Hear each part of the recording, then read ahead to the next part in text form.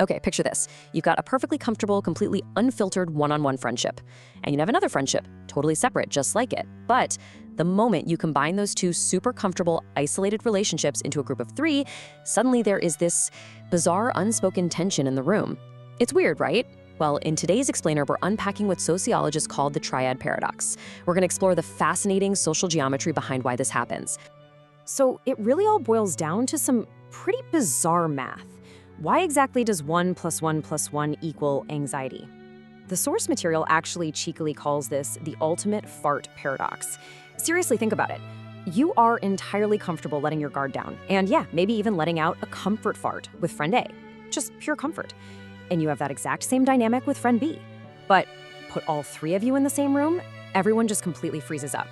Why on earth does adding two zones of safety create a zone of pure anxiety? To actually understand this glitch in our psychology, we have to look back at the work of a 20th century sociologist named George Simmel. He realized that group size completely alters human behavior, and it all starts with what he called the dyad. Now, a dyad is simply you and one other person. It's literally the most intimate human structure possible because it relies entirely on immediate reciprocity with absolutely no audience. In this isolated little bubble, you and your friend can establish a private underground economy of social norms. Like being totally unfiltered because the vulnerability is perfectly symmetric. There's zero external judgment. So, in that dyad, you are both perfectly shielded. It's symmetric, it's intimate, it's totally private. But the exact second friend B walks into the room, that private umbrella just vanishes. That dynamic instantly morphs into the triad.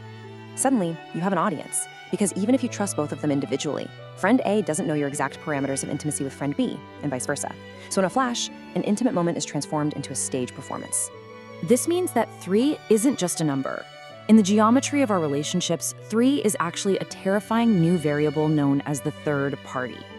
Letting your guard down is no longer just a shared moment of raw humanity between two people. That third party radically alters your comfort level because suddenly there is an outside observer to every single interaction. And this brings us straight to something called coalition theory. This is basically the underlying fear driving all that tension. See, in a triad, there is always the subconscious threat of a 2 versus 1 dynamic. If friend A does something embarrassing or unfiltered in front of just you, they know you're going to accept it. But with friend B sitting right there, friend A's brain starts spinning. They're thinking, wait, will my friend and this newcomer silently judge me together? Are they going to form an alliance against me? And the crazy part is, everyone in the room is quietly calculating this exact same risk. Now, to make matters even more complicated, this fear is compounded by sociologist Erving Goffman's concept of audience segregation. Goffman theorized that, honestly, we all play slightly different characters for different people. You're a slightly different version of yourself with friend A than you are with friend B. You've essentially established distinct social contracts with each of them. So when those two distinct social worlds suddenly collide in one room, your brain experiences a massive cognitive overload. You are suddenly forced to figure out how to be both versions of yourself at the exact same time. It's exhausting. So how exactly does the human brain handle that kind of cognitive overload? Well, it basically short circuits. It defaults to the lowest common denominator of safety, which is strict politeness. To avoid breaking either of your distinct social contracts, your psychology forcefully synthesizes those identities into the safest, most robotic version of yourself. That raw, goofy comfort you normally share, totally paralyzed. And you're left with a room full of surprisingly stiff, polite people. It reveals a pretty stark and honestly almost counterintuitive reality about human nature. Vulnerability scales inversely with group size. What makes an unfiltered moment so powerful in a one-on-one friendship isn't the vulgarity, right? It's the vulnerability.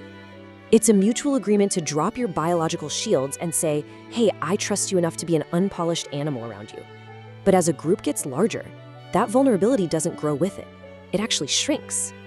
And this shrinking vulnerability drops us right into a fascinating psychological trap called pluralistic ignorance. This happens when you privately reject a formal norm, but you pretend to accept it anyway because you incorrectly assume everyone else wants it. Nobody wants to be the first one to break the ice. Literally nobody wants to risk looking foolish or inappropriate in front of this brand new triad, which instantly builds into this tragic cascading loop. Just think about the last time you were in this situation. Step 1, you desperately want to relax. Step 2, you look at your friends, they seem super formal, so you just assume they want formality. Step 3, you act formal to match them. But here is the catch. Your friends are doing the exact same thing. You all secretly want to let your guard down, but because of pluralistic ignorance, you all keep your masks tightly strapped on, assuming that's what the others expect. So, the result? What was once a total safety net has suddenly transformed into the panopticon of friendship. Now, a panopticon is a type of prison design where inmates feel like they're being watched at all times. In this triad, your comfortable living room has turned into exactly that. It's a space where everyone is silently, subconsciously policing everyone else, even though everyone secretly wishes they could just kick back and relax on the couch. But wait, before we get too cynical about human nature here, we really need to reframe this. This bizarre restriction isn't actually a failure of your friendships. It's actually proof of protection. It proves that we treat our one-on-one bonds like absolute sanctuaries. When those individual sanctuaries overlap, we naturally hesitate out of deep respect for those fragile boundaries and a really profound care for how we navigate human judgment. There is this incredible thought from the source material that perfectly summarizes this architecture of trust. It goes, trust isn't a blanket we throw over a room. It's a bridge built meticulously between individuals, one brick and occasionally one unfiltered moment at a time. I mean, that hits the nail on the head. Trust is highly specific. It is entirely individualistic. You cannot just command a room of 3 people to be comfortable. Comfort is built meticulously between just 2 people over time. So the next time you find yourself sitting in a room with 2 of your closest friends and you feel that heavy, unspoken tension start to creep in, don't panic. Recognize it for what it is and ask yourself, the next time your sanctuaries overlap, will you recognize the invisible bridges of trust in the room? How does this new awareness change the way you navigate the fragile geometry of your own friendships? Thanks for joining us for this explainer, and until next time, keep examining the invisible structures around you.